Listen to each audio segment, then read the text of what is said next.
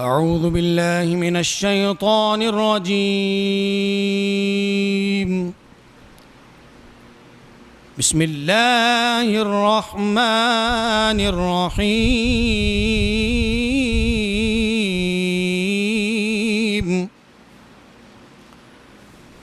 والعصر إن الإنسان لفي خسر إلا الذين آمنوا وعملوا الصالحات وتواصوا بالحق وتواصوا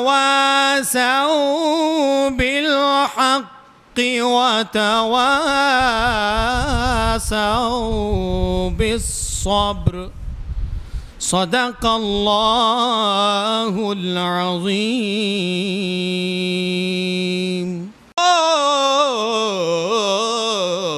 تیرا ہی کہیں گے میں جدھر جاؤں گا. آپ نے گر نہ سنبھالا تو کدھر جاؤں گا.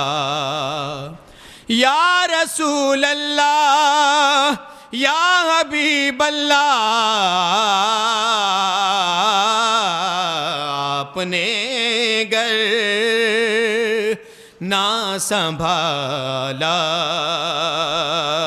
تو کدھر جاؤں گا. حشر میں خود کو جو دیکھوں گا بکھر جاؤں گا. آپ نے گر نہ سنبھالا تو کدھر جاؤں گا. اللہ یا رسول اللہ یا علی حق چار یار. گرامی قدر، جو آج موضوع مجھے دیا گیا وہ بڑا خوبصورت موضوع ہے. سورہ عصر کے حوالے سے گفتگو مجھے آپ احباب کے گوش گزار کرنی ہے. اس کا ترجمہ اور تفسیر سے پہلے میں چند باتیں اس جامع سورت کے حوالے سے آپ کے سامنے رکھتا ہوں. انشاءاللہ توجہ سے سماعت کریں گے، سینہ کھل اٹھے گا، اسلام کے ساتھ محبت اور زیادہ طاقت و قوت پکڑے گی اور ایمان مضبوط ہوگا. گرامی قدر، سورۃ العصر وہ سورت ہے جو قرآن مجید کی مختصر ترین صورتوں میں سے ایک سورت ہے. 3 صورتیں قرآن مجید کی ایسی ہیں جو 3 آیات پر مشتمل ہیں. سورۃ العصر، سورۃ النصر اور سورۃ الکوثر. 3 آیات سے چھوٹی سورت قرآن مجید کے اندر کوئی بھی موجود نہیں ہے. تو 3 مختصر ترین صورتوں میں سے ایک سورت سورۃ العصر ہے. دوسرا خاصہ اس سورہ مبارکہ کا یہ ہے کہ اول ترین صورتوں کے اندر سے یہ موجود ہے. یعنی اولین طور پر جو قرآن مجید نازل ہوا یہ سورہ مبارکہ ان اولین آیات یا صورتوں کے اندر سے اللہ رب العزت نے ہمیں عطا فرمائی ہے.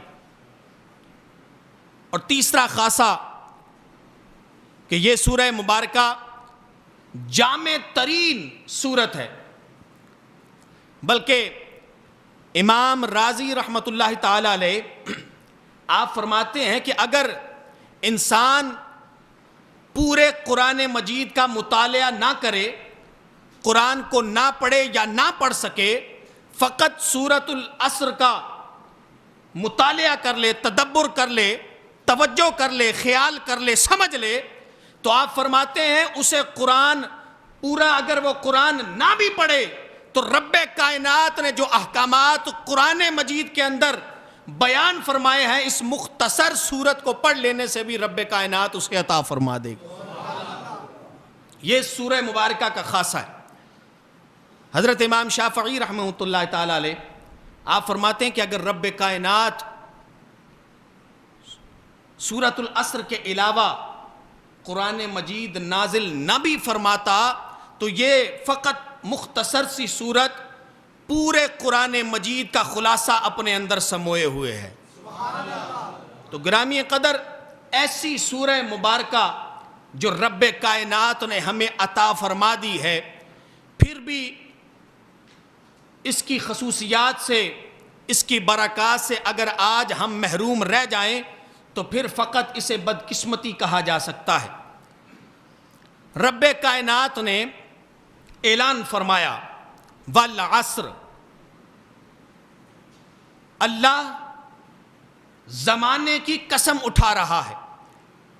عصر کے حوالے سے بھی بہت تشریحات موجود ہیں، انشاءاللہ چونکہ میں نے اپنے وقت کے اندر رہتے ہوئے گفتگو کرنی ہے تو ایک معنی مفسرین نے لیا کہ اس سے مراد نماز عصر کا وقت ہے، چونکہ عصر کے بعد سورج غروب ہونے تک تھوڑا سا وقت رہ جاتا ہے اور بڑا تیزی سے نکلتا ہوا محسوس ہوتا ہے، لیکن زیادہ مفسرین نے اس سے مراد زمانہ لیا ہے کہ والعصر مراد زمانہ ہے۔ خالق کائنات زمانے کی قسم اٹھا رہا ہے۔ اگلی بات رب کائنات نے قسم اٹھا کے کی ہے۔ ایمانداری سے بتائیے، خالق کائنات اگر کوئی بات بغیر قسم اٹھائے بھی کہہ دے تو اس میں شک و شبے والی گنجائش موجود نہیں ہے، شک کیا جا سکتا ہی نہیں ہے۔ خالق کائنات جو بات کہہ دے وہ اٹل ہے، وہ حقیقت ہے، وہ فائنل ہے، لیکن رب کریم نے پھر بھی قسم اٹھا کے کہا۔ اس بات کی طاقت کو، اس بات کی وضاحت کو اور اس بات کے وزن کو اور زیادہ بڑھانے کے لیے میرا رب کہہ رہا ہے والعصر۔ مفسرین فرماتے ہیں کہ اللہ پاک نے قرآن مجید کے اندر جناب حضرت آدم علیہ السلام کی پیدائش کا قصہ بھی بیان فرمایا ہے، آدم و ابلیس کا واقعہ بھی رقم فرمایا ہے۔ گرامی قدر ازل کے واقعات بھی رب کائنات نے قرآن کے اندر ارشاد فرمائے ہیں، حال اور ماضی کی بہت سی باتیں لکھی ہیں، بہت سارے انبیاء اکرام علیہم السلام کے واقعات رب کائنات نے قرآن کے اندر بیان فرمائے ہیں۔ خالق کائنات نے قیامت کا واقعہ بھی بیان فرمایا ہے، قیامت کے حالات بھی قرآن مجید کے اندر ہمارے سامنے رکھے، لہٰذا قرآن کے اندر ماضی بھی موجود ہے، حال بھی موجود ہے، مستقبل بھی موجود ہے۔ اس وجہ سے خالق کائنات نے زمانے کی قسم اٹھا کے کہا ہے، چونکہ زمانہ ہمارے سامنے ہے اور انسان زمانے سے سیکھتا ہے۔ رب کائنات نے یہ بھی بتایا، وہ دیکھ لو فرعون جیسے جنہوں نے خدائی کا دعویٰ کیا وہ بھی غرق ہو کے رہ گئے، اور وہ لوگ جنہوں نے رب کائنات کا دامن محبت تھاما، جنہوں نے کریم آقا علیہ السلام کی محبت کو سمیٹتے ہوئے اللہ رب العزت کے احکامات پر عمل کیا، وہ بھی زمانہ تمہارے سامنے ہے۔ اور وہ لوگ جو رب کی نافرمانی کرتے رہے، رب کائنات کے احکامات سے روگردانی کرتے رہے، وہ بھی تمہارے سامنے ہیں۔ تو سنو لوگو، والعصر زمانے کی قسم ہے۔ اللہ فرما رہا ہے والعصر ان الانسان لفی خسر۔ اللہ فرماتا ہے بے شک انسان خسارے میں ہے۔ قسم کھا کے رب کائنات نے اعلان فرمایا والعصر، زمانے کی قسم ہے۔ انا بھی بے شک کے لیے، تاکید کے لیے رب کائنات نے درج فرمایا ہے۔ گرامی قدر اتنی بڑی قسم اٹھا کے جو قسم اٹھانے کے بغیر بھی کہہ دے تو بات میں شک نہیں رہتا، پھر بھی قسم اٹھا کے رب اعلان فرما رہا ہے ان الانسان لفی خسر، بے شک انسان خسارے میں ہے۔ اور خسرن فرمایا، را کے نیچے دو زیریں ہیں۔ گرامی قدر اس سے پتہ چلتا ہے کہ چھوٹا موٹا نقصان نہیں، لاکھ 2 لاکھ کا، 1000 2000 کا، کروڑ 2 کروڑ کا، ایک آدھ پلاٹ کا یا مکان کا نقصان نہیں، بلکہ بہت بڑے خسارے اور نقصان کا ذکر رب بیان فرما رہا ہے۔ گرامی قدر اللہ رب العزت کی بارگاہ میں عرض کی، اے رب کائنات، تو نے مطلقاً اعلان فرما دیا کہ انسان خسارے میں ہے، انسان نقصان میں ہے، یا اللہ یہ بھی بتا دے کیا کوئی ایسا انسان بھی ہے جو اس خسارے سے بچ جائے، جو اس نقصان سے بچ جائے، جو اس خسارے سے محفوظ ہو جائے؟ تو گرامی قدر ذری اگلی آیہ مبارکہ ملاحظہ فرمائیے، خالق کائنات نے کتنا خوبصورت ہمیں ایک پلیٹ فارم دیا، رب کائنات نے طریقہ بتا دیا۔ مالک کائنات اعلان فرما رہا ہے، لوگو سنو، والعصر ان الانسان لفی خسر، بے شک زمانے کی قسم ہے، بے شک انسان خسارے میں ہے، لیکن الا الذین آمنوا وعملوا الصالحات وتواصوا بالحق وتواصوا بالصبر، لیکن وہ لوگ جو یہ 4 کام کرتے رہے، رب کائنات نے انہیں خسارے سے بچا لیا، انہیں نقصان سے محفوظ فرما لیا۔ رب کائنات فرما رہا ہے الا الذین آمنوا، پہلے وہ لوگ جو ایمان لائے، جو اس بات کو سمجھنا بھی ہے، ذہن میں بٹھانا بھی ہے، دل میں جگہ بھی دینی ہے، اور انشاءاللہ آج یہ ارادہ اور اعادہ کرنا ہے کہ رب کائنات کے حکم سے اللہ رب العزت اللہ اس پر عمل بھی کرنا ہے۔ کہہ دیجئے ذرا انشاءاللہ۔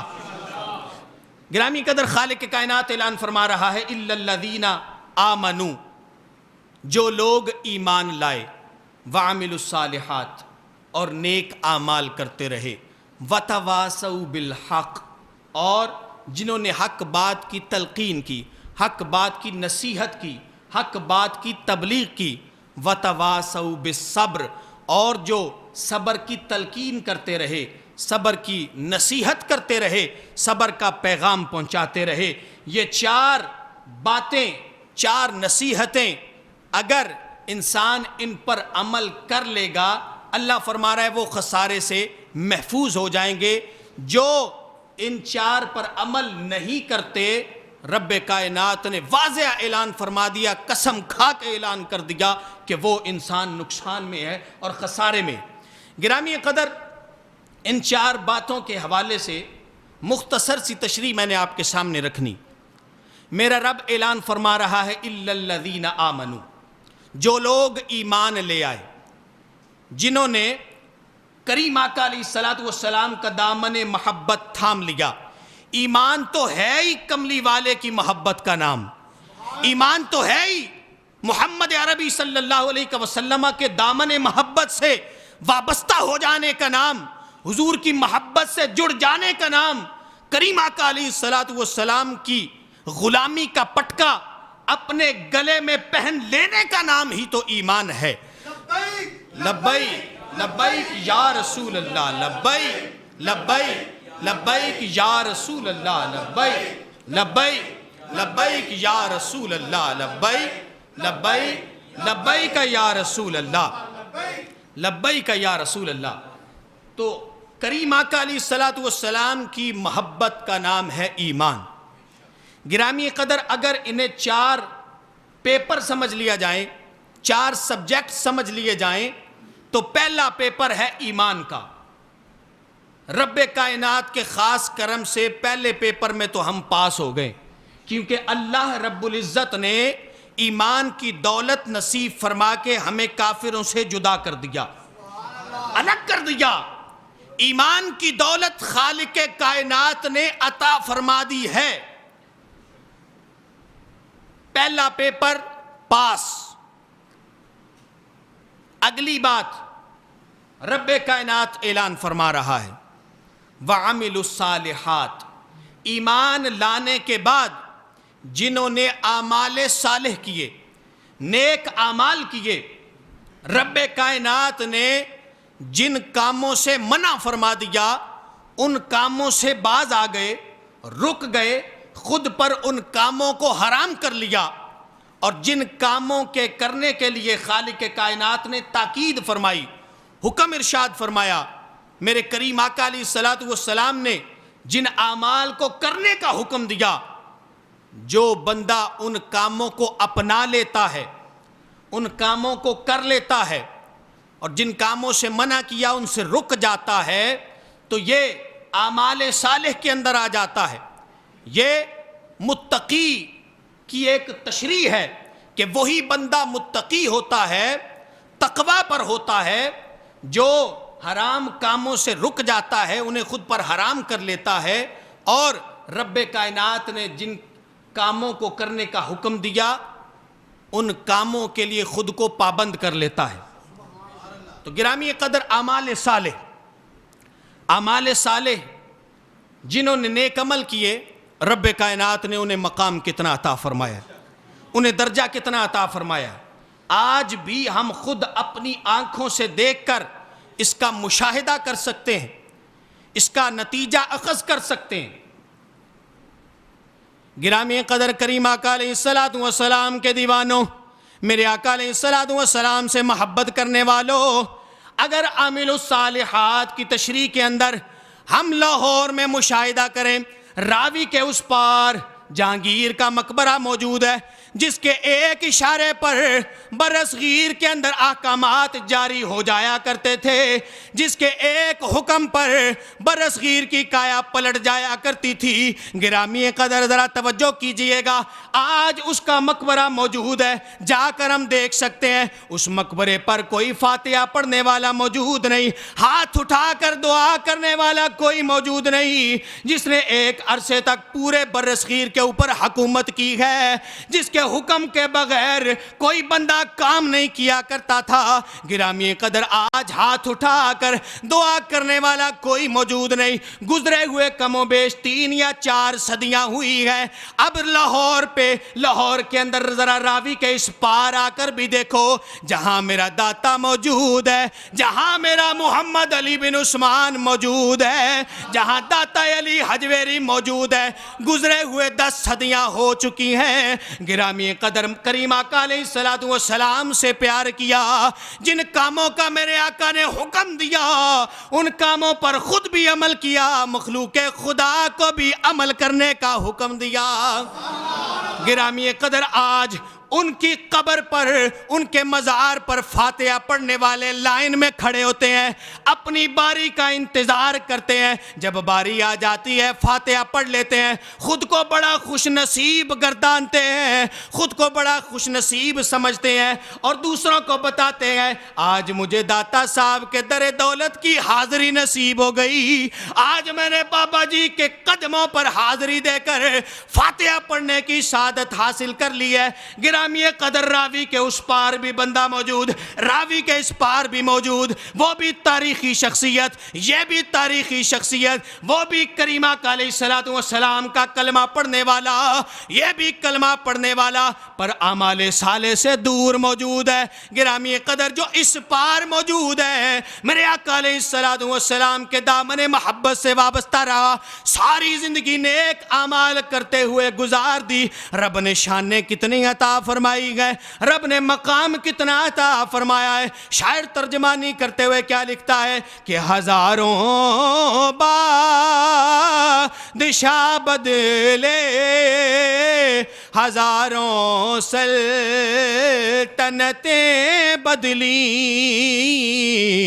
ہزاروں بادشاہ آئے، ہزاروں سلطنتیں بدلی، پر نہ بدلی ہے نہ بدلے گی حکومت میرے داتا کی۔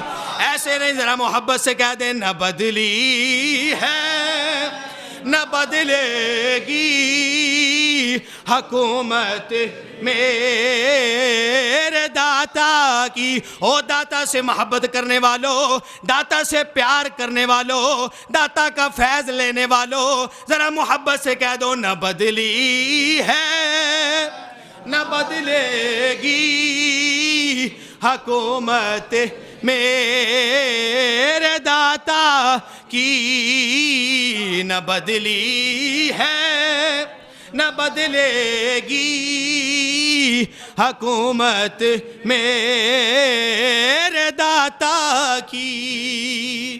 تو گرامی قدر، نیک اعمال کرنے والے لوگ جنہیں رب کائنات دنیا میں بھی عزت عطا فرماتا ہے اور آخرت میں بھی ان کا بڑا حصہ ہے۔ قبلہ شیخ حافظ الحدیث حافظ محمد خادم حسین رضوی صاحب رحمۃ اللہ تعالی علیہ، انہوں نے میرے آقا علیہ الصلوۃ والسلام کا دامن محبت تھاما، حضور سے محبت کا اظہار زبان سے بھی کیا اور عملی طور پہ بھی دکھایا۔ پھر دنیا نے دیکھا کہ جنہوں نے کریم آقا علیہ الصلوۃ والسلام سے محبت کر کے دکھائی ہے عملی طور پر، رب کائنات کیسی شانوں اور عزتوں سے نوازتا ہے۔ یہ ہمارے دیکھنے کی باتیں ہیں۔ گرامی قدر، وہ مثالیں میں نے آپ کے سامنے رکھی ہیں جس کا مشاہدہ آپ آج بھی کر سکتے ہیں۔ پرانی یا گزرے ہوئے زمانے کی مثال آپ کے سامنے نہیں رکھی۔ اس لیے قرآن نے دوسرا پرچہ، دوسرا مضمون، دوسری نصیحت ہمیں یہ کی ہے کہ نیک اعمال کر لو۔ پہلا کام ایمان لانا، دوسرا کام نیک اعمال، اور تیسری نصیحت اللہ اعلان فرما رہا ہے وَتَوَاسَوْا بِالْحَقِّ، اور جنہوں نے حق بات کی تلقین کی، حق بات کو پھیلایا۔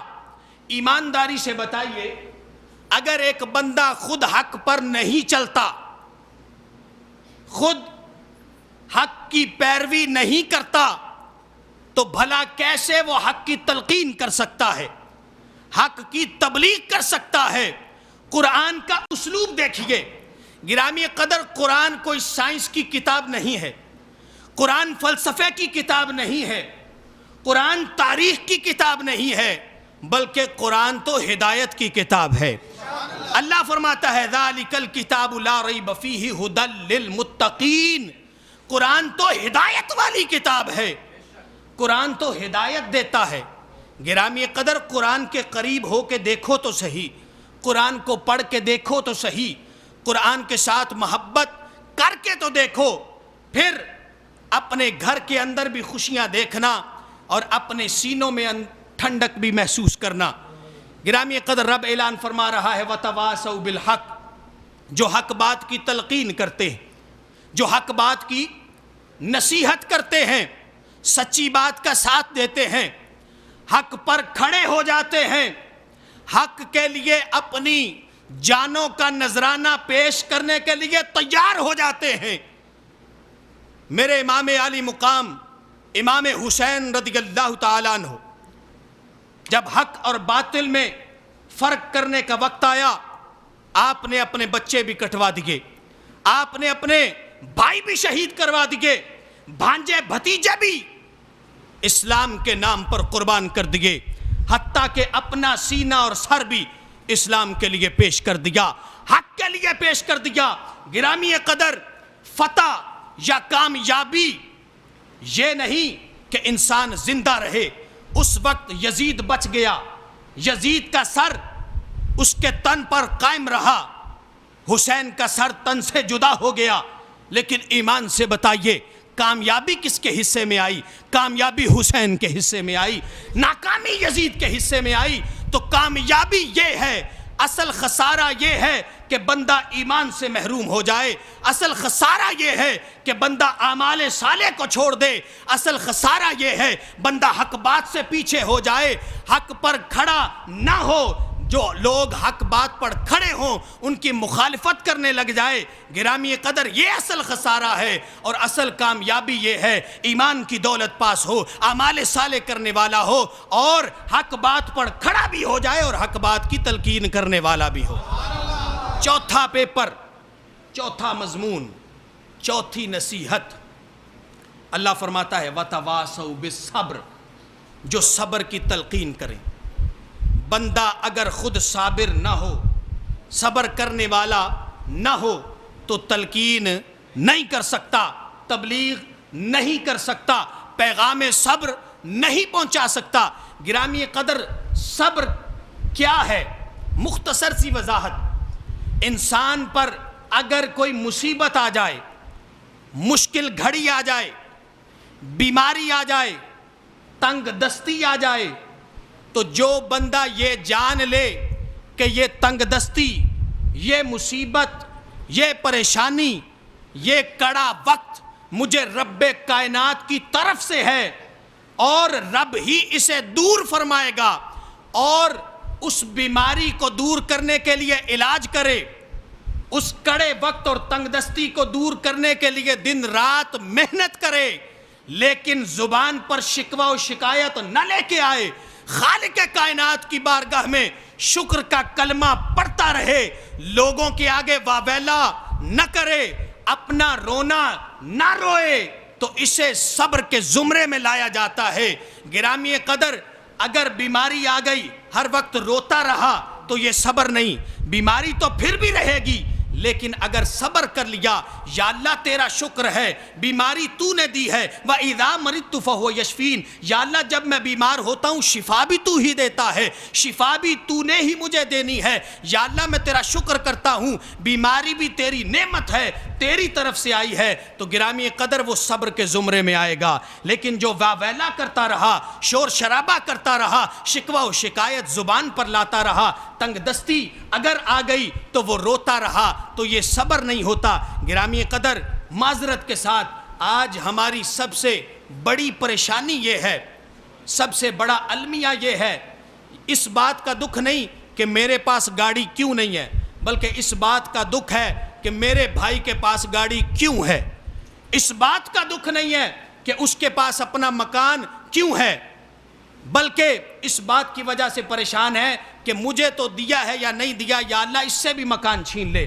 گرامی قدر، ایک بات ہے تو بڑی ظریف بات، لطیفے کی صورت میں، لیکن سمجھنے کے لیے بہت بڑی بات ہے۔ مختصر سی بات آپ کے سامنے رکھتا ہوں کہ 3 دوست ایک سفر پر روانہ ہوئے تو راستے میں ایک جن آ جاتا ہے، وہ اسے جن ان سے پوچھتا ہے کہ مجھے اپنی ایک ایک خواہش بتاؤ، تمہاری ایک ایک خواہش پوری کر دوں۔ پہلا بندہ اپنی خواہش سامنے رکھتا ہے کہ مجھے دنیا کا امیر ترین انسان بنا دو، وہ جادو کرتا ہے اور اس شخص کو امیر ترین انسان بنا دیتا ہے۔ دوسرے شخص سے کہا تم اپنی خواہش بتاؤ، وہ کہتا ہے مجھے دنیا کا سب سے طاقتور انسان بنا دو۔ گرامی قدر، اسے دنیا کا سب سے طاقتور انسان بنا دیا جاتا ہے۔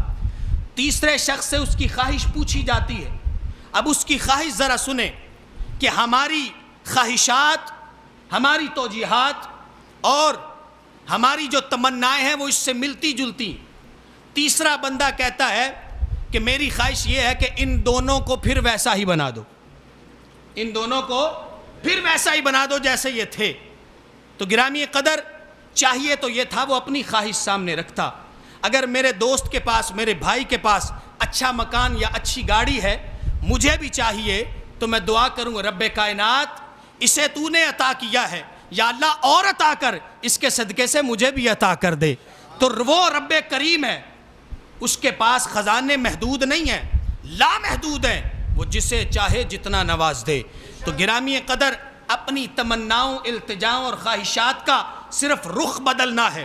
خواہش یہ کرنی ہے کہ رب سے مانگنا ہے، دنیا مانگیں، جتنی مرضی مانگیں، لیکن یاد رکھیں بڑا مکان بنا لینا، بڑی پراپرٹی بنا لینا، بینک بیلنس بنا لینا، بڑا عہدہ حاصل کر لینا اصل میں کامیابی نہیں ہے۔ قرآن واضح اعلان فرما رہا ہے، قرآن فرما رہا ہے جس کے پاس ایمان کی دولت ہے، جو نیک اعمال کرتا ہے، جو صبر کی تلقین کرتا ہے، جو حق بات کی تبلیغ کرتا ہے، وہ ہے اصل کامیاب انسان۔ اس کے علاوہ تمامی انسان ناکام ہیں، کامیابی ان کے لیے نہیں ہے۔ تو گرامی قدر، یہ 4 مضامین، 4 پیپر، 4 پرچے ہر حال میں ہمیں پاس کرنے ہیں۔ یوں سمجھ لیجئے یہ کمپلسری سبجیکٹس ہیں جن کے اندر پاس ہونا ضروری ہے، کامیابی حاصل کرنے کے لیے پوچھا گیا کہ کامیابی کیا ہے؟ میرے آقا علیہ الصلوۃ والسلام کی محبت، حضور سے وابستگی، یہ اصل کامیابی ہے۔ جنت کا حصول یہ اصل کامیابی ہے۔ گرامی قدر، جنت بھی انہیں ہی ملے گی جو ان مضامین کے اندر پاس ہوں گے۔ تو میرا آج کا پیغام اور میسج جو قرآن کے حوالے سے میں نے آپ کے سامنے رکھا، گرامی قدر، آج ہم سب نے یہ ارادہ کرنا ہے اور انشاءاللہ آج کے بعد یہ کوشش بھی کرنی ہے کہ رب کائنات نے سورۃ العصر کے اندر جو ہمیں احکامات دیے ہیں، جو ہمیں زندگی گزارنے کا ایک طرز بتایا ہے، ایک طریقہ بتایا ہے، انشاءاللہ اس پر عمل کرنا ہے۔ کہہ دیجئے انشاءاللہ۔